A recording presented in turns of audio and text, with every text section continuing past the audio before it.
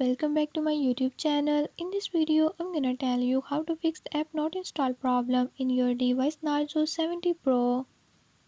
In this video, I'm going to show you how to fix this issue.